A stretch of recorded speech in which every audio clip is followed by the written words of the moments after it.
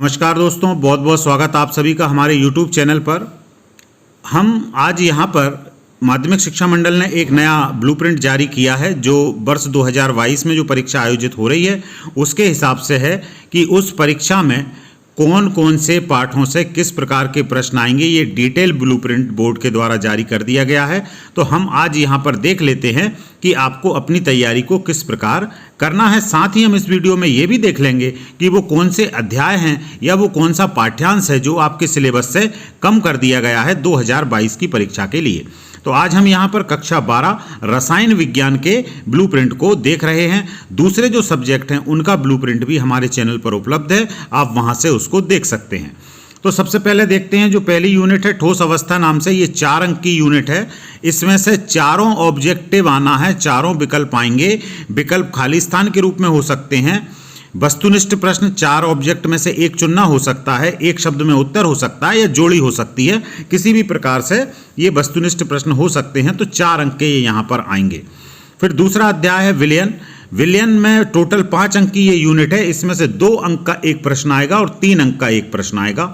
फिर तीसरी जो आपका अध्याय है वो विद्युत रसायन, वो 5 अंक का है और इसमें से 5 अंक का ही एक सीधा क्वेश्चन आना है, कोई भी ऑब्जेक्टिव यहाँ से नहीं आएगा। फिर अध्याय 4 रासायनिक बल गतिकी 5 अंक की है, 2 यहाँ पर ऑब्जेक्टिव आएंगे और एक 3 अंक का प्रश्न इस अध्याय से आएगा। अध्याय 5 पृष्ठ रसायन, टोटल प्रश्न जो टोटल अंक इस इकाई पर आवंटित हैं वो हैं 4 अंक, ऑब्जेक्टिव 2 आएंगे और एक 2 नंबर का प्रश्न आएगा। अध्याय 6 जो पिछले वर्ष हटा दिया गया था, अभी नहीं हटाया है, तो इसमें से 3 अंक का है और यहाँ से 3 विकल्प आएंगे। 3 ऑब्जेक्टिव क्वेश्चन इस पार्ट से आपको प्रश्न पत्र में मिलेंगे। अध्याय जो 7 है पी ब्लॉक के तत्व, फर्स्ट और सेकंड दोनों पोर्शन इसमें शामिल हैं। टोटल 8 अंक का है, 4 ऑब्जेक्टिव आना है और 2-2 अंक के 2 प्रश्न इस पार्ट से आना है। फिर अध्याय 8 डी और एफ ब्लॉक के तत्व 5 अंक का टोटल है और इसमें से एक प्रश्न आएगा 5 अंक का ही। फिर अध्याय 9 से वस्तुनिष्ठ ऑब्जेक्टिव 1 आना है और एक 2 अंक का प्रश्न यहाँ से आना है।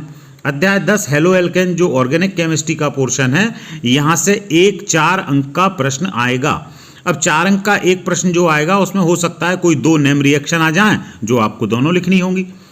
फिर अध्याय 11 है, उसमें से एक ऑब्जेक्टिव आएगा और एक 3 अंक का प्रश्न आएगा। अध्याय 12 में से एक ऑब्जेक्टिव आएगा, एक 3 अंक का प्रश्न आएगा। अध्याय 13 में से 2 ऑब्जेक्टिव आएंगे, एक 2 अंक का प्रश्न आएगा। फिर अध्याय 14 में से 2 ऑब्जेक्टिव आएंगे, एक 2 अंक का प्रश्न आएगा। अध्याय 15 जो बहुलक वाला पार्ट है, इसमें से तीनों ऑब्जेक्टिव आना है और अध्याय 16 से 3 ऑब्जेक्टिव और एक 2 अंक का प्रश्न आना है। तो इस प्रकार से आपका ब्लूप्रिंट डिज़ाइन किया गया है। तो आपकी जो तैयारी है परीक्षा की वो भी आप ब्लूप्रिंट के हिसाब से ही कीजिए। अब अगले हिस्से में हम ये देख लेते हैं कि कौन कौन सी चीज़ें कम कर दी गई हैं जो आपके सिलेबस से प्रश्न जिनके नहीं आएंगे। पहली यूनिट से विद्युतीय गुण और चुंबकीय गुण का नहीं आएगा। दूसरी यूनिट विलयन से असामान्य मोलर द्रव्यमान नहीं आएगा। तीसरी जो यूनिट है उसमें बैटरियां, ईंधन सेल और संचारण उससे हट गया है। चौथी यूनिट से रासायनिक अभिक्रिया का संघट्ट सिद्धांत हट गया है। 5वीं यूनिट से उत्प्रेरण और इमल्शन हट गया है। 6वीं यूनिट से धातु कर्मिकी के ऊष्मा गतिकी सिद्धांत, धातु कर्म का विद्युत रसायन सिद्धांत, ऑक्सीकरण, शोधन, एल्यूमिनियम, कॉपर, जिंक तथा लोहे के उपयोग, ये पोर्शन कम हो गया है। 7वीं जो यूनिट है उससे नाइट्रोजन के ऑक्साइड, फास्फोरस के अपर रूप, फास्फीन, फास्फोरस के हैलाइड, फास्फोरस के ऑक्सी अम्ल और सल्फ्यूरिक अम्ल, इतना पोर्शन हट गया है। जो 8वीं यूनिट है उसमें से संक्रमण तत्वों के महत्वपूर्ण यौगिकों को कम कर दिया गया है। 9वीं यूनिट से उपसय संयोजन यौगिकों में समवायता और उपसय संयोजन यौगिकों का महत्व तथा अनुप्रयोग, ये 2 हिस्से कम कर दिए गए हैं। हेलो एल्केन हेलो एरिन वाला जो 10वां पार्ट है आपका, उससे पॉली हेलोजन यौगिक, पॉली हेलोजन यौगिक जैसे क्लोरोफॉर्म, CCl4, कार्बन टेट्राक्लोराइड, ये चीज़ें वहाँ से कम हो गई हैं। फिर 11वीं यूनिट से औद्योगिक महत्व के कुछ एल्कोहल जो थे, जिसमें आपका एथिल एल्कोहल था, मेथिल एल्कोहल था, इनसे संबंधित चीज़ें कम हो गई हैं। अध्याय 12 से कुछ भी कम नहीं हुआ है। अध्याय 13 में एरोमेटिक यौगिकों के संश्लेषण में डाई एजोनियम लवण का महत्व कम हुआ है। अध्याय 14 में डाइसैकेराइड, पॉलीसैकेराइड, कार्बोहाइड्रेट का महत्व, एंजाइम, विटामिन और हार्मोन, ये चीज़ें कम कर दी गई हैं। तो छोटा सा ही पार्ट ये बचेगा।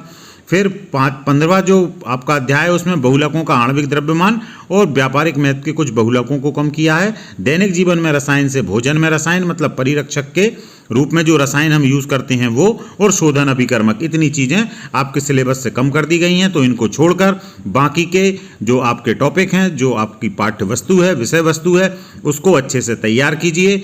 कौन कौन से प्रश्न महत्वपूर्ण होंगे परीक्षा की दृष्टि से, उनकी तैयारी किस प्रकार करना है, केमिस्ट्री की, बायोलॉजी की, इन सब के बारे में विस्तृत जानकारी आपको हमारे चैनल पर मिलती रहेगी।